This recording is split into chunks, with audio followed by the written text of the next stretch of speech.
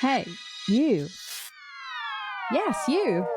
Are you looking to level up your skills in creativity? Whether you're into video game development, design, or any other creative field, Skillshare has got you covered. Skillshare is an online learning community with thousands of inspiring classes for creative and curious people. You can learn everything from games design to coding to art and even photography. Imagine having access to expert teachers and engaging classes anytime, anywhere.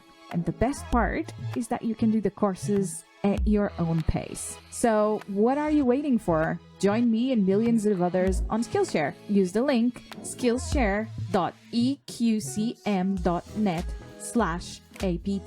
That's skillshare.eqcm.net/apt.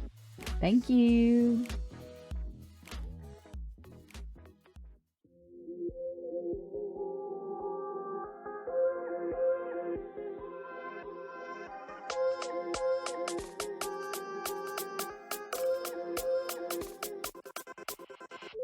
Hello, dear listeners, and welcome back to A Pixel at a Time, a place to hear about how pixels and passion collide. My name is Inês Lagarto, and I hope you are ready to join the ever-evolving world of games development. We will explore it from every angle: players, developers, and enthusiasts. Today's episode was a blaster record. I had my friend, Cherish Goldstraw, here with me. She kindly gave me some of her time to talk a bit about her journey as a games writer and how she navigated her way into the games industry. And she is always quite fun to be around. Cherish is such a good energy. She's above everything else, a great person, like with great values. And I'm very grateful to have met Cherish. And yeah, I'm grateful that we're still hopping and kicking about when we can and, and meeting each other and doing these kinds of things. So Cherish is one to look for if you're looking for an amazing games writer. She's one of them. So give her a shout if that's your case. So before we jump into the episode, if you like what you hear and you'd like to support our podcast, don't forget to take a trip to our Patreon and to our store. Yes, our store. I have a store hosting Pixel at a Time merch in my personal website. We have hoodies, we have t-shirts, we have mugs, we have tote bags for those small trips to the supermarket you do. So if you're looking for any of those and you want to support our podcast and keep us going and always increasing the quality, this is a nice way to do so. Right now, I just added one of those pins to my jacket and I feel good representing the brand when I go out. So here we go into today's episode. So first of all, let me introduce to you Cherish Coleslaw. Coleslaw? I might say Goldstraw. What do you want to talk about that? Like, because it's a big meme, isn't it? Just for people to know. Cherry coleslaw is what my mum calls me. It's great for dyslexic people, like the whole pun around it. But it's very funny. Like, if you search for Cherish in any social media, you might find Goldstraw or coleslaw. Like, so yeah, hence the question. But yeah, so how did it start? Was it just your mom, like, switching things across? How did that happen? Yeah, it's just what my mum calls me as, like, a nickname. And then when I started freelancing, I needed a name for my business. And I was like, Cherry Coleslaw, hey! It's just so silly, which is my brand. Yeah, it is. Yeah. If people go over to your website at cherrycoleslaw.com, they will see that it's like all pink and all cute, just like as you're dressing usually. Because for those of you that don't know Cherish fully legit dresses like a fairy and goes around like the cutest clothes you might ever think. So it's lovely. Yeah. It's, again, when I was like freelancing, it was just really helpful to have a really bright pink punch you in the eye website. Yeah. People remembered it. Yeah. And it would match your hair at the time. And right now as well, like for people that see your pictures and stuff. So yeah. Oh yeah. Yeah. My hair changes like the wind. So. Well, okay. So about Cherish. Cherish works and lives in the UK and has a background in producing and managing creative content for a variety of media. She has done a bit of everything, but she specializes in the video games industry and the charity sector. Cherish worked on games such as Heroes of Havoc and other serious games, and a lot of non-disclosed stuff that we don't know if we can talk about or not. We'll let that to Cherish to tell us a little bit more about it. But Cherish has also been a big supporter of charities such as Safe in Our World, which is a charity for supporting mental health within the video games industry. So Cherish, tell us a bit about how you got where you are, because right now, if people look for you in your LinkedIn and the things that you are currently talking about and all of that, it says that you're working as a games writer. So of course, when we look into the rest of your website, it says like you do a lot of other things. So how did you get here? Very much, it's my question. I've bounced around a lot. Yeah. Yeah, I mean, I'm good at one thing. I can write, and that's about it. Well, I would say that's not entirely true, but Cherish is a super positive person. She has an amazing energy, so she will always have an impact in the team around her as well. So yeah. Yeah, that's very kind of you to say. Oh, it's true. I've worked with you. I know this. Yeah. I've always been a writer in some capacity or another. I actually started writing video games gosh, it must be about 15 years ago now. Mm-hmm. As a freelancer, like I said, I needed something more regular, so I went into copywriting. Mm-hmm. After that, I went into content writing and content editing, and even like when I worked in the kind of marketing side of things, it was always primarily as a writer and an editor. Mm-hmm. Fortunately, when I was working for various charities, because I quite enjoyed working for charities, most charities work 4 days a week. Mm-hmm. Most people working for a charity will work 4 days a week, which left me 1 day a week to freelance and continue writing video games. So that was quite convenient.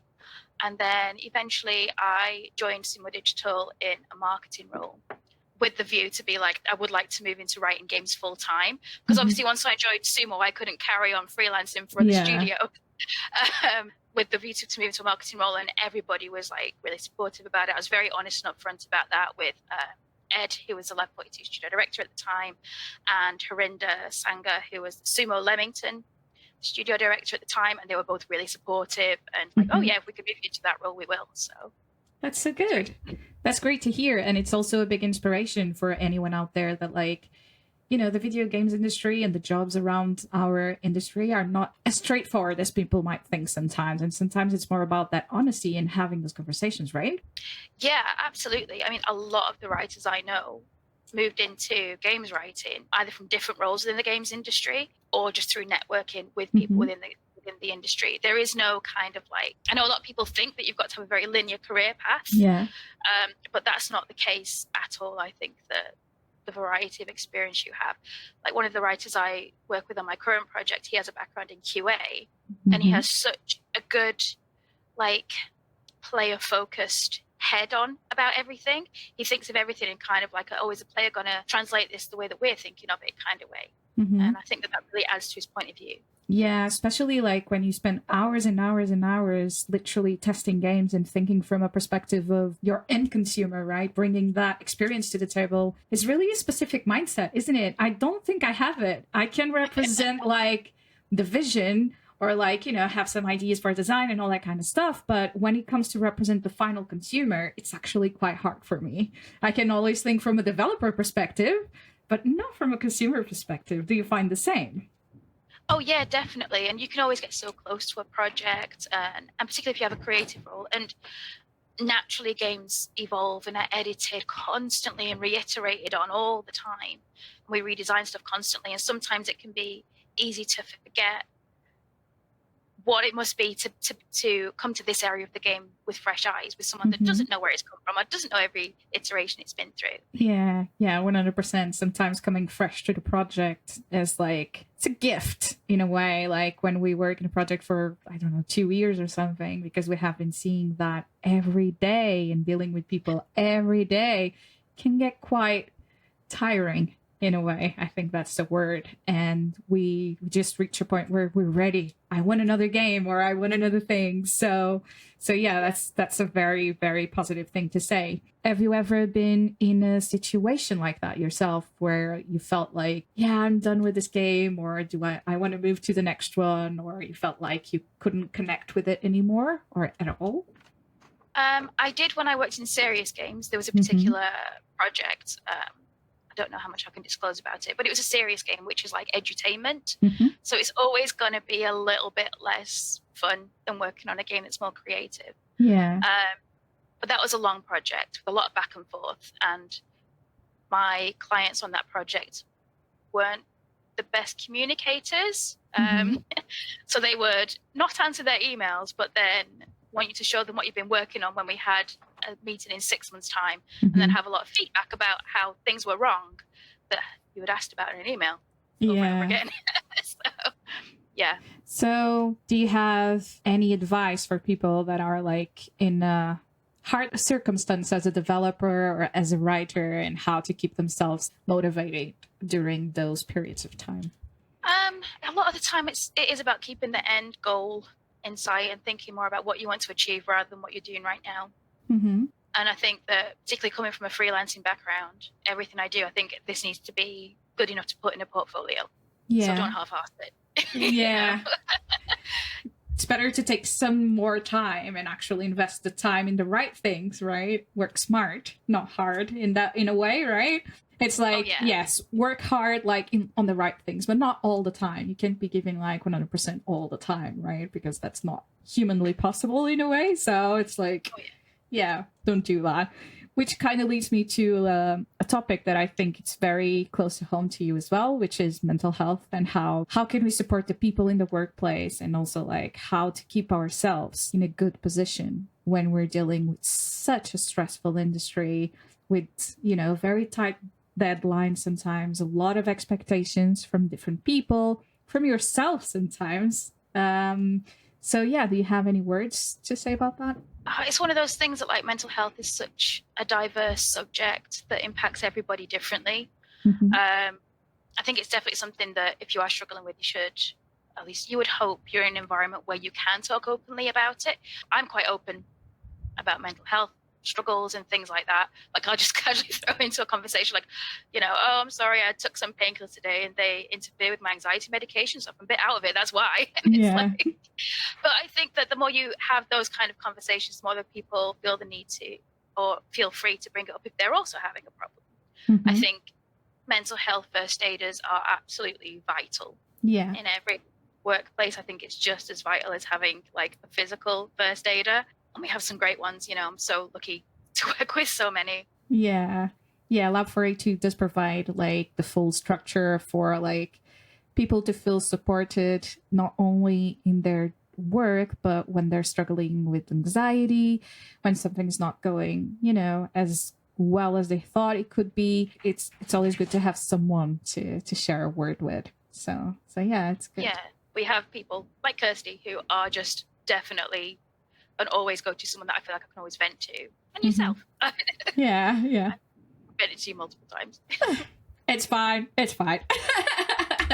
I'm not a mental health first aider. I hopefully in the future will be, but I do take mental health very, very seriously. You do know this. As a producer, sometimes I think that my responsibilities were in the realm of making sure everyone in the team felt like they were seen, they were heard, they were supported, right?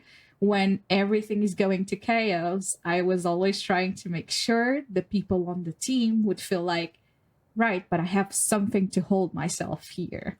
And let's create that environment inside of the team so that you feel like, no, I can be supported here. And sometimes it's a bit like what you were saying. Sometimes I would do myself a bit of a fool, like in some situations, so that people could feel like, okay, she said a silly thing and she's kind of managing our day-to-day. So I probably can also like relax a bit and be more of myself, because at the end of the day, we're all spending like, I don't know, 7.5 hours of our days working with those people in projects. It's a lot of time. It's more time than what you spend with your family.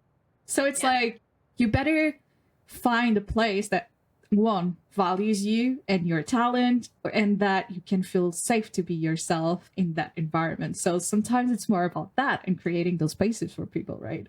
Yeah, absolutely. I think one of the things that always struck me when we used to work in like proximity to each other was how you would talk to your team every day and you would say, scale of 1 to 10, how are you feeling today? How are you feeling about the project? How confident are you feeling? And it's just a lot of people don't like or find it difficult to talk about their feelings, but might find it easier to give a number. Mm-hmm. And then as the producer on the project, you could be there to be like, okay, this person's numbers are going down and it's in keeping with the way they're feeling about the project or how confident they're feeling. Yeah.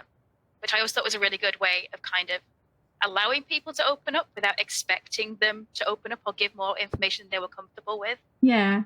Yeah, because sometimes when we're talking about what's going on in our minds, it's very easy to get trapped in our own thoughts without really understanding what is actually going on if we don't have the training to do so. So I found that the good way to put it was to put it into a scale of 1 to 10, and then people would tell me that, right? And you are right. It worked really, really well, because then sometimes you also don't know how are you feeling, right? Like if I ask you right now on a scale of 1 to 10, how are you feeling today, right? Look, for me, it would be a 7. And then you go like, well, why did I say a 7 really? And then you start thinking about it, and elaborating, and it just allows you to expand on it.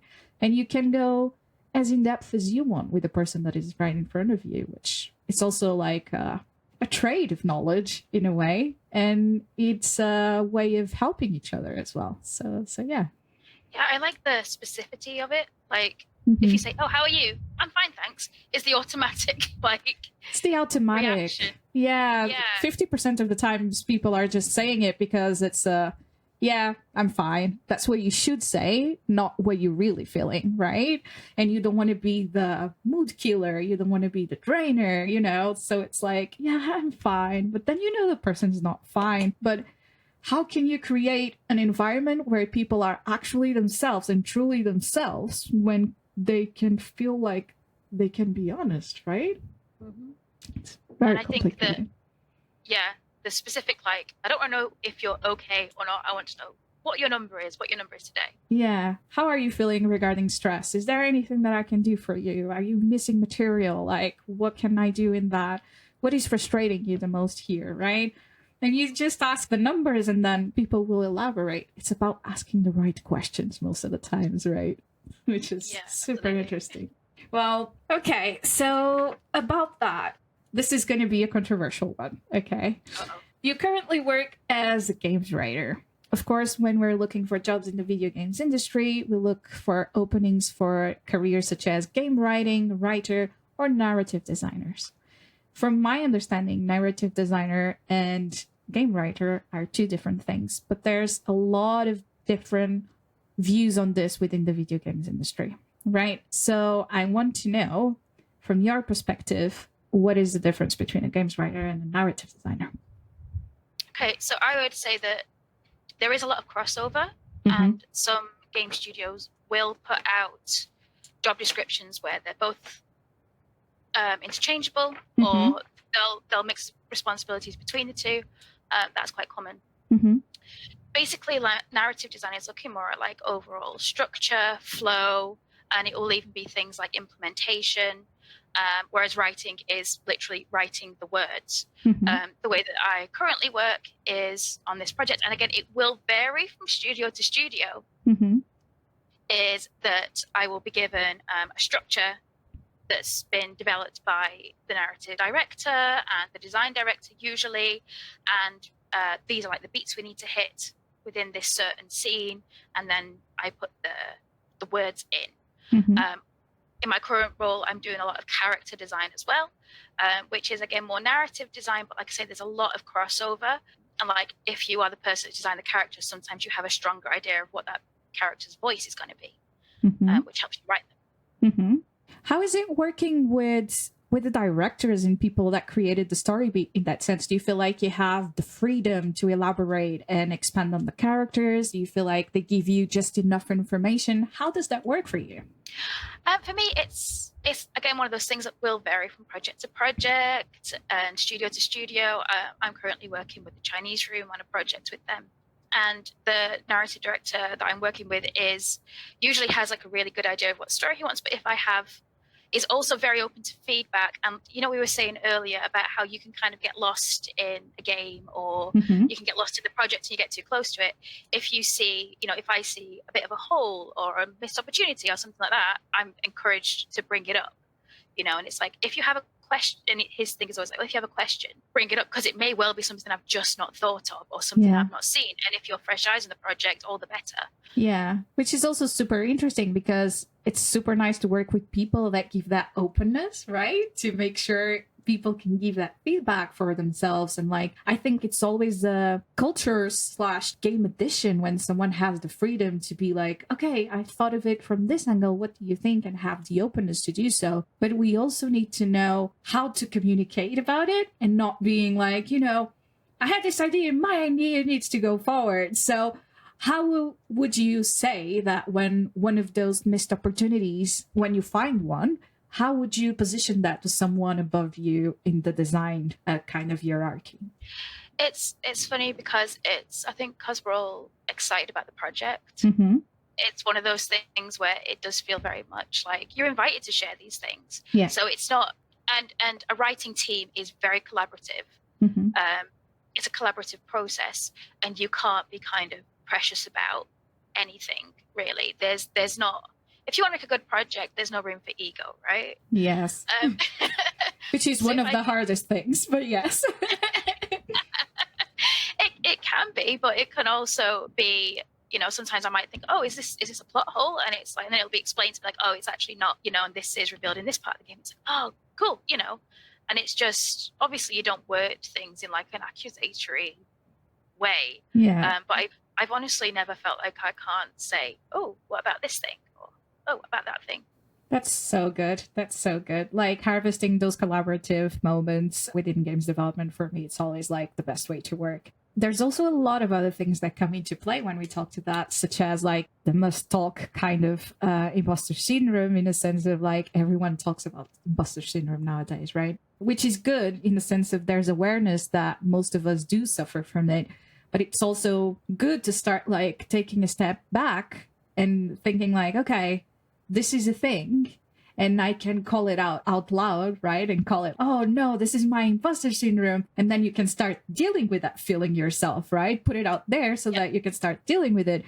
Have you found yourself in any situation where you managed to trap your imposter syndrome somehow, or any feeling of like not worthiness, which I can guarantee you they are not true in any way, shape, or form? No, I feel like an imposter every single day.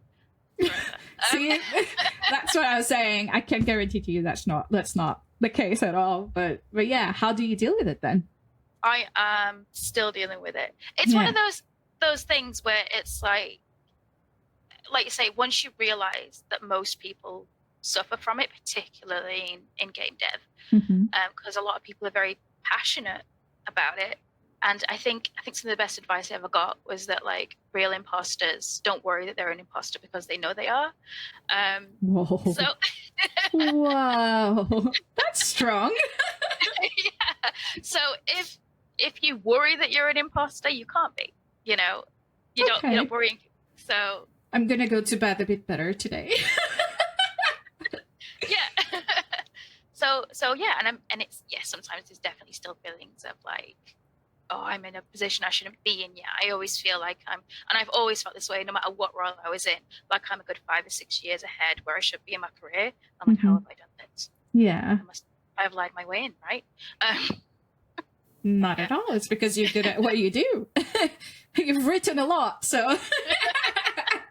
But yeah, talking about writing, it might be a complicated topic as a games writer, because it's not just about writing, is it? So if you had to start all over again and you knew you had to deliver a portfolio tomorrow, or like in a month, let's say, where would you start as a games writer? What's your advice for someone out there?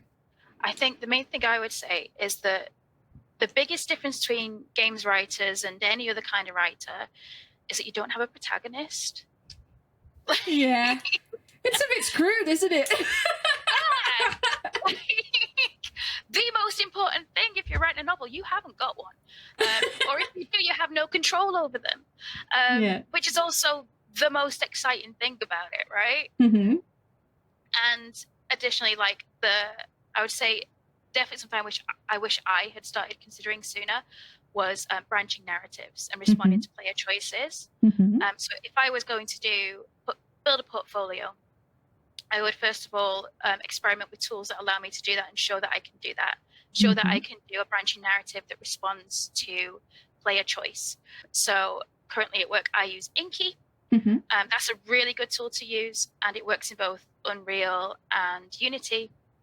It was made for Unity, but there are additions now to make it work in Unreal. So showing that you know how to use that is really good if you're trying to break into games.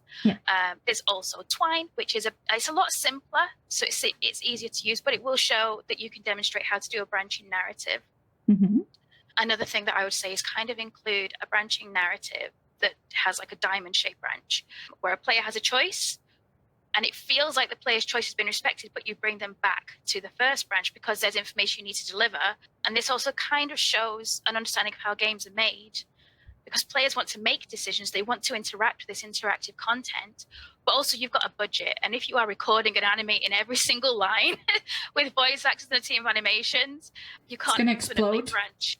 Exactly. So if you can prove that you can deliver a convincing experience, but still deliver, get someone back on track without feeling that their choices have been disrespected, that's quite a good skill to have.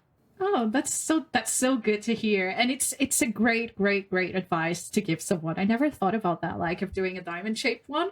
That makes a lot of sense because no one wants to read forever and all the options from your tree, right? But if you give like that kind of thing and keep the same line, that's a nice way to do it. Super cool. So do you feel like as a writer, have you ever got into conversation about how will your dialogue and the characters you're writing influence the budget of the games you're making? Did that ever happen to you? Or do you get like a brief where, no, we really need this character, this is the amount of lines we need for the character? How does that happen? Yeah, so that will be part of it. Basically, we really prioritize brevity, as in we usually write first, write the script, write the dialogue, and then we'll go and do an edit pass. And in the edit pass, you basically take out anything that doesn't need to be there. Particularly on a game where, like I say, if you've got a cutscene, it's fully animated, which is expensive. It's fully voiced, which is expensive. So you really want to kind of cut out any unnecessary stuff there. And although we don't think about, this is the exact number it costs for this, generally speaking, if it can be cut, we do, because that gives us frees up budget for other things. Yeah. Other parts of the narrative. I'd rather get another exciting cutscene in than make one too long. And players don't want to sit through, 20-minute cutscenes. It's boring. Yeah. They don't play video games for that. Yeah, 100%. Unless like you have been building up like a lot of small cutscenes or something, and then like there's this pivotal moment, and you're like, oh my god, we really want the budget to go into that, right? Yeah, exactly. If it's like if it's like the ending or something really big, yeah, absolutely. Then it can be long, but you don't want to overwhelm the player with, and you've got to be careful of pacing with these things. Yeah, exactly. Do you think like having too many cutscenes and too much time on cutscenes, it's like a pitfall of some of the games being developed today? I think it can be, but I think in that way you really need to consider your audience and who they are. Our audiences that love narrative games are likely to enjoy longer cutscenes. And then we get into these like really interesting conversations about how much are video games becoming interactive movies, or some video games are. But then you're looking at genre and your audience, and is this an RPG? Is this an action RPG? And if it's an action RPG, you've got to have less of the RPG and more of the action. Yeah. Yeah, which is super interesting. And we hear a lot of these like discussions nowadays. And I think especially between what I call the old guard of games development and the new people coming in, which is like the full dialogue of literally what is more important? Mechanics are more important. And then you have people saying, no, narrative is more important. And I I come in the middle and I say, like, I think it's a spectrum, folks. And there's games out there for all of us. We're all different types of players. And maybe for my necessities, I want more narrative. For your necessities, you want more mechanics. And that's fine, but it also feels like there's some movements of people literally saying, no, mechanics are the way to go, you know? Which is a bit weird. How do you feel about that as a games writer? Because it's a bit ridiculous when you think about it from that perspective. It is. Like, I understand that, like, narrative-based games aren't for everybody. Yeah. And, you know, not all games need as much time on the writing and things like that. I think if you don't have a writer to write any facet of your game at all, your game will probably suffer for it. Yeah. You know, if you're just like, oh, we'll get one of the designers to write, and the designers want to write. Yeah.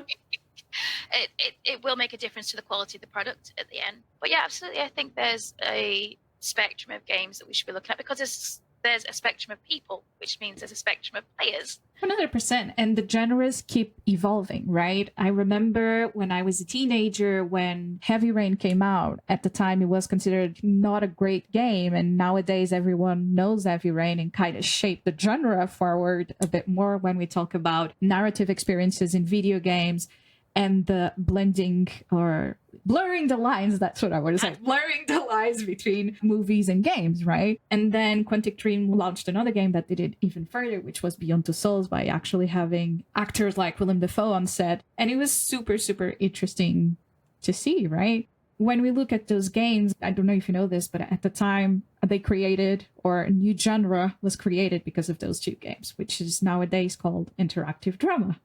Right? And still in the video games category, but it's called interactive drama in a way. And these people represent about 16 to 19% of all players. So it's actually a big, big, big chunk of the market when you think about it. When you think about, yeah, it's 100%.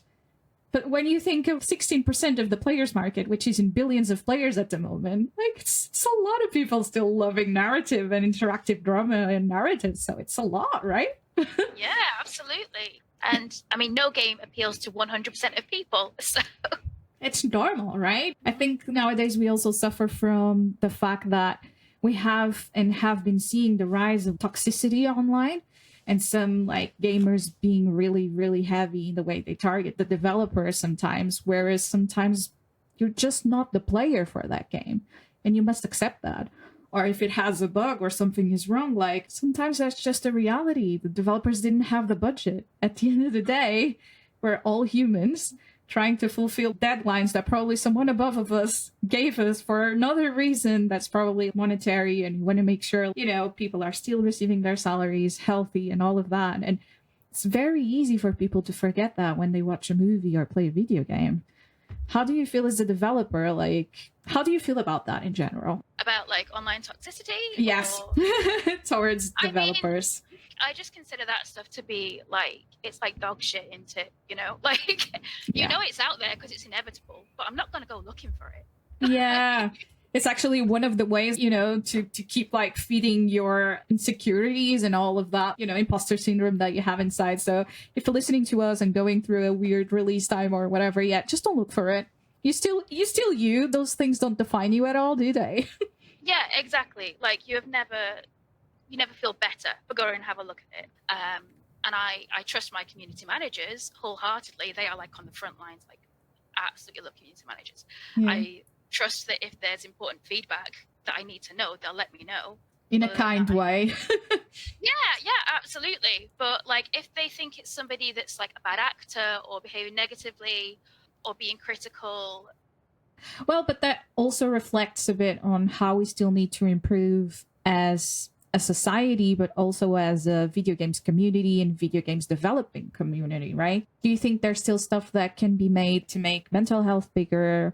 All of that diversity as an overall. I know it's a big, big word, but do you have any thoughts on that or like any immediate things that come to mind? I think one of the things that I love about the video games industry is how queer we are, actually. Yeah. Loads of us are queer. Loads of us. If you look at like the Yuki, I don't have the exact numbers on me right now, but if you look at like the Yuki consensus, you know, there's higher than average number of trans and gender non-conforming people in the games industry than there is elsewhere. And there's higher amounts of neurodiverse people in the games industry than there are elsewhere. And I think that we should consult ourselves and make games for ourselves. And I think that is probably one of our biggest strengths, actually. And I know the games industry wasn't always as diverse as it is now. I think it's definitely something that has ramped up quite quickly. I've definitely noticed in the time I've been in the games industry. My first games job, I was the only woman in the office. Yeah. On Ep.04 for a while, I was the only developer as well. So it's like, it's insane, isn't it, when we think about it? Right now, how many of you are there? Oh, you know? Even in just my office, there's a good 10 of us. It's amazing. It's amazing. It is. Yeah, still not enough, but it's amazing. Like, considering that, I don't know, when I joined, it was me and another girl. In the meanwhile, she left. And then for a while, it was just me. And then a QA joined, Louisa, which is still at Ep.04 as well. And then, like, slowly, we were building up. Of course, Kirsty was, like, all the way through, right? Just being the studio mom, the big studio mom. But yeah, it's weird when you think about it, because clearly there's still biases towards hiring women or people with a different, I don't know, mindset or way of putting themselves out there, because otherwise we wouldn't see these, what are still lower numbers of women in the studios. I think it's normal for us to be biased towards people that are similar to us, right? But it's just assessing if the people will drive the business forward, if they have the same values, if they will fit into the culture. I think that's more important than thinking like, the gender of the person you have in front of you. But yeah, and sometimes you get very, very good surprises, I would say. So yeah, super, super duper nice. Yeah, it's definitely nice to see how fast the industry has changed in a relatively short space of time. Yeah, 100%. Do you think there's still like stigmas? We kind of talked about this briefly, but do you feel like there's still stigmas around the percentages of how much a game should have of narrative, or when the narrative should come in the game development process? What do you think about this? I was thinking about this today, actually. Interesting. In terms of the development process, I think you need to have writers there. Since the inception? I agree. Yeah, and it's one of those things that I think a lot of, particularly players, assume, is that, well, the narrative must have been written a year ago. They must just be in bug fixing now. Yeah. And it's like, one of the things I've definitely noticed going from freelancing to working dev side is just how much of a constant reiterative process the narrative is, and has to be. Just like every other aspect of design, you do a play test, and then the level designers will say, and then the feedback you get from the play test will be, oh, maybe there were too many enemies in this one area. And the level designers will say, okay, we need to remove some of the enemies from this area. But if you've already written the ambient dialogue for that area, you've got to rewrite it again. And that goes with every single line in the game. Does it still make sense when something changes? You can write a script and then it's out there, and then you might record some scratch audio and set it to play of the game, and then realize that, oh, actually this doesn't quite fit the way I thought it would. We need to rewrite this bit. Or hey, the pacing's off here. Or hey, this bit doesn't really make sense. And that's just part of the constant process that you've got to do all the way through. Really. Yeah. So what's the last stage of development that writers like as yourself stay in the games development process, so that people understand? Because nowadays we hear about all of these buzzwords that as developers, honestly, they don't make sense, such as early access, alpha, open playtesting, or beta open playtesting. So as a writer working in a video game, how far in the games development process do you stay on, actually? So it does depend. Development side is completely different than working as a freelancer. As a freelancer, it would often be quite frustrating because I would be brought on for a set period of time, for a set budget to do a set thing. And then I would finish my work, and then that's it. My hands are off the game. Yeah. And then just something minor, like needing to change the UI or the UX, and they'll need to rewrite something I've written because the UI has changed, or they've changed the controls in some way due to feedback. And then there's not a writer there to fix that anymore. Yeah. And then they'll rewrite it, they'll have somebody else rewrite it, a designer or something. And I've had games come out and it's been really frustrated because the first screen, they've got a typo in it or like a grammatical error. I'm like, I would never ship that. That's, yeah, that must be very hard. Like, come on, guys. But yeah, and that's because I'm no longer on that project at this point. And what they needed to do was continue to consult a writer, and there might not always be work for you to do full time on the project right up until release, right after early development. And sometimes there is. If you're doing games as a service, there probably is. Yeah. You know, or if there's going to be DLC. By that point, you're probably a long way through the DLC. Yeah. Actually. Yeah. Yeah, and it works similar to any design role. Really. Yeah. So for people out there that don't know this, I would expect a games writer to be with a team until, I don't know, probably early beta time, I would say. If not, sometimes coming in during beta to fix some bugs, some problems with the writing, something that stopped making sense when someone fixed a bug, or some last minute changes in design. And sometimes when people see, oh, it's open beta weekend, why wasn't the game so perfect? And I'm like, because it's not supposed to.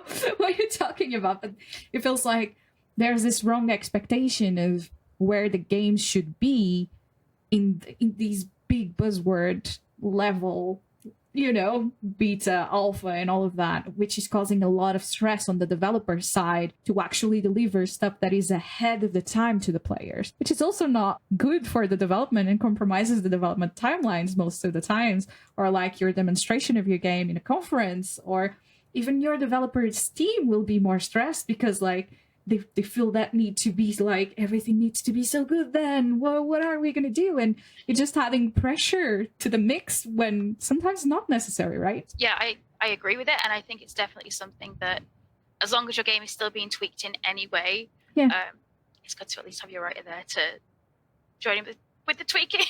Yeah. I would say like budget a writer up until the end, even if just off time, just in case, you know, just in case. Yeah. I mean, if you can have one in studio, all the better. Yeah. Because even if they're working on a different project by that point, or the next project by that point, which often happens, you can still say, oh, this thing needs running by you. Yeah, 100%. 100%. So what did make you choose the video games industry, Cherish? Honestly, I always knew that I would write something. I just didn't know what. Mm-hmm. And I like people. And I like working as part of a team. Yeah. And I like video games as a medium to explore stories in quite an unusual way. Mm-hmm.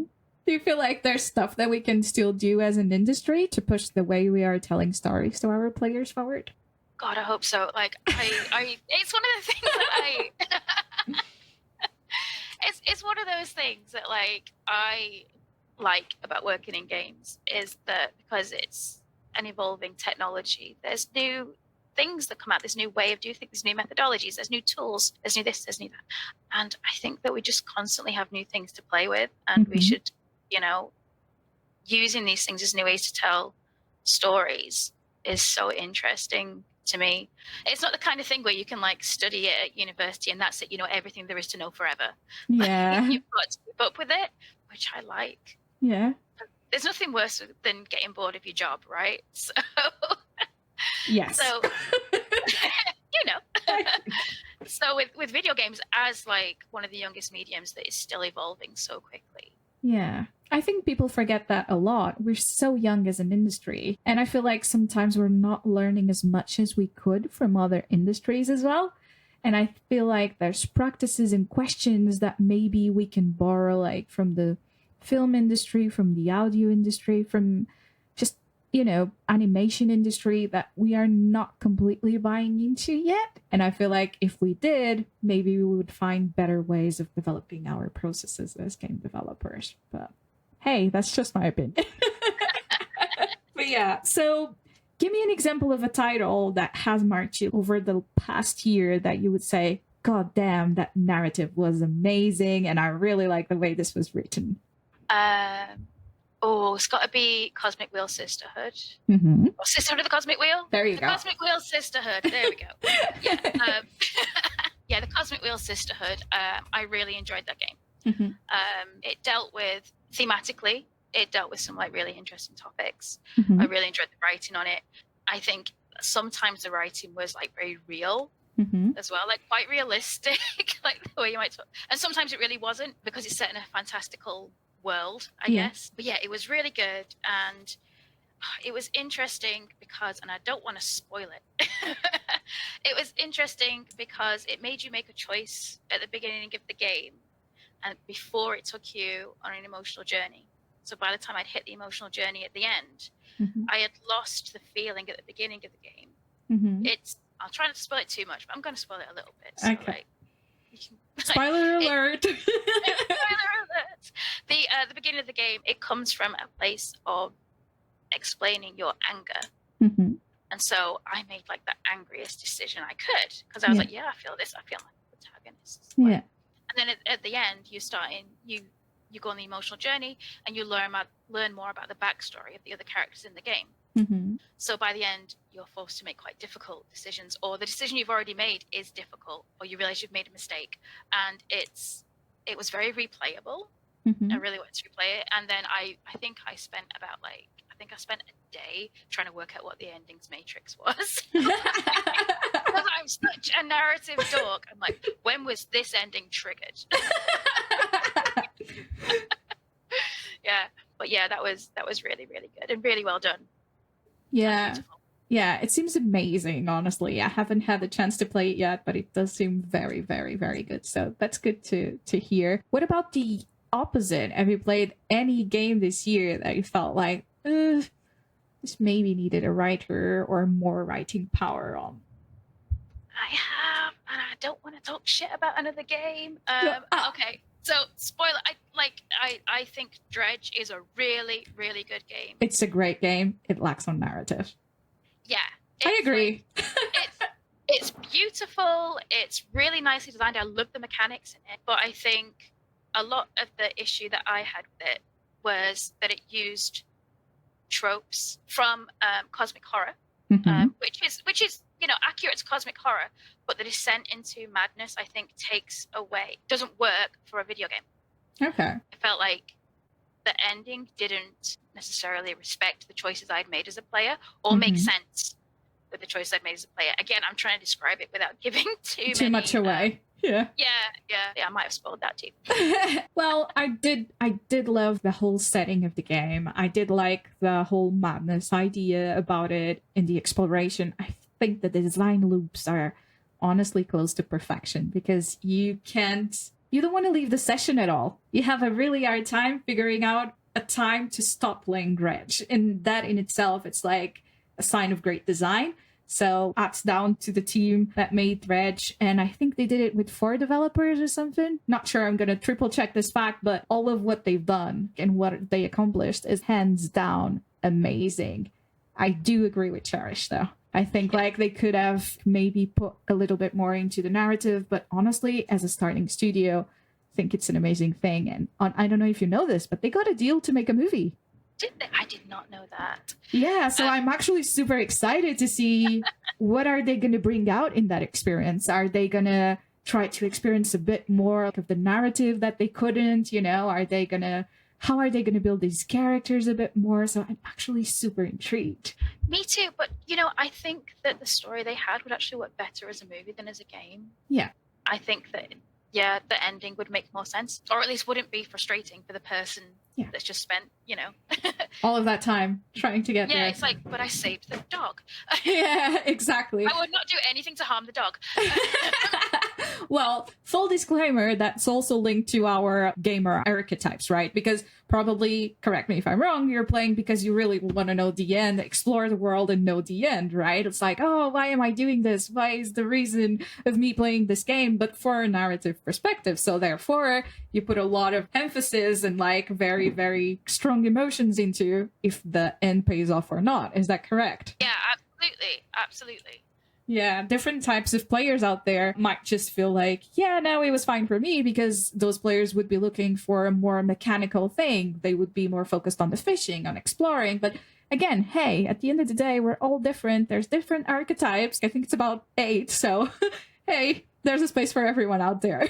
But yeah, I really, really enjoyed Dredge as well. So yeah. But I did. I genuinely thought it was a great game. It's a great game, especially at night when you see, the things changing and you start getting a bit more paranoid and all that kind of stuff. It's amazing. Yeah. Yeah, I played it when I had COVID actually, so that added to the experience. Oh my god. I was out of it. I was in my flat by the sea, and I was like, yeah. I was having an experience. Okay, so have you ever worked on a title that you feel like it would be a dream title to work on? Oh, a dream title to work on. Oh, this is so basic. But I'm going to say it anyway. One of my favorite games is Alice Madness Returns. Mine too. I didn't knew that about you. Yeah. But like, and I know there was talks of a sequel or another sequel, and it never came out. Yeah. I'm like, if we ever do this. Yeah. Are you hearing this? Are you hearing this podcast? Please hire Cherish. I bet you'd be amazing on it. I freaking adore that game. I adore it. I still have it installed on my PS3. I still play to it. I played it during the pandemic again. I had the blast. I really had a blast. I don't think it's a game that, you know, those games that get old, like not in a very good way. For instance, I played Assassin's Creed Brotherhood during the pandemic as well. And I felt like, ooh, this did not age all right. But I played Alice Madness and I felt like, no, this is fine. It still feels the same, and it is the same. It's insane. It's insane. It's still really beautiful, and I think that's a testament to having like really good art direction and a really strong art style in a game. Yeah, 100%. And the way like the design and the art style are so tightly linked in that game, and they really delved into the adventure so well. If I had to say what genre of game that is, I would say adventure action and not action adventure, if you know what I mean. Because it's literally a lot of exploration, and you really need to find ways to deal with the scenario to continue to navigate, which I find amazing, honestly. So yeah, really passionate people about video games, in case you haven't noticed on that side. But yeah, we're very, very passionate. Well, it would be a problem if you came to this podcast and you thought you wouldn't get like nerds like us on this side. So I'm not games. No. I don't play the Marios. Yeah. Okay. So what is your favorite game other than Alice Madness Returns? Do you have a favorite game that you feel like it's underrated to you? I don't know if it's underrated, but I think my favorite game ever, and it's not a very narrative heavy game, surprisingly, is Jet Set Radio Future. I just think it was like, it's just so fun. I think it's like, in terms of world building, it's really nicely done. I think that Jet Set Radio Future kind of blew the first Jet Set Radio out of the water in terms of controls. I think they really nailed it in Future. And I think it was just one of the things where like the world just worked so beautifully together. I mean, it's not often you see a dystopian game that's not a massive downer, you know? Yeah. And it's like, oh, it feels very like upbeat and vibrant and fun, but it's supposed to be set in a dystopian world. And it was all married so nice together, the art style and the music, and even like the way the characters danced was great. Oh, that's so cute. I wasn't expecting that answer, but I'm sure there's more people out there relating to that right now. So as a way of ending this conversation then, do you have any advice for any aspiring game writers out there? Yeah, I think the main thing is network, reach out. Most writers I know, that's how they got their first games range up, was via networking, you know, attending events and talking to people and making friends in the games industry. And most studios do have a bonus if you help get a hire. So most game devs are motivated to help you get a job at their studio. It's a great like incentive. Yeah. And the other thing is to build out your portfolio. Do what I mentioned before, play around with branching narratives and multiple choices and creating those kinds of experiences. Even if it's just text-based, if it's something someone can potentially play through on their browser, that's perfect. And I would also advise maybe writing something that is an extension of an existing IP rather than purely your original work. It's great to be able to make up your own worlds and your characters and how you want them to act. But the reality is that most games jobs, you're going to be working as part of a team and working on someone else's IP. You may be working on an IP for a publisher, making a sequel of a game that already exists, or making a spin-off from a series you already know. And at the very least, you're probably going to be building on your narrative director's world not creating your own. So prove that you can do that. Prove that you can write in multiple voices. Like, just write like a pretend level from a Star Trek game and one from a Lord of the Rings game, and write in that style so that they can see, oh, you've got an adaptable writing style. Oh, that's amazing advice. So refreshing and just words of wisdom. Words of wisdom, I would say. Thank you. It really, really is. Okay, so before we do go, where can people find you, Cherish? I am on LinkedIn.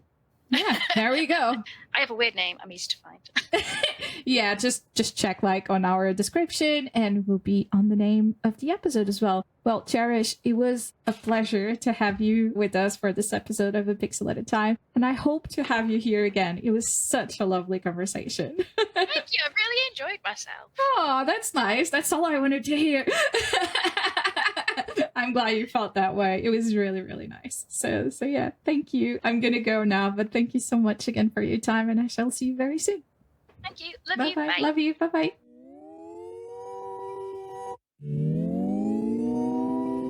Thanks for staying with us till the end. If you liked this episode, follow us for more. For some extra content, please check out our Patreon and visit our store for some goodies. Both are linked in today's episode description. If you have a burning question or you would like to suggest a discussion topic, please do send us your Q&As and audios via email to apixelatatime.podcast@gmail.com. Thank you so much for listening to today's episode, and don't forget to take it a pixel at a time. Goodbye!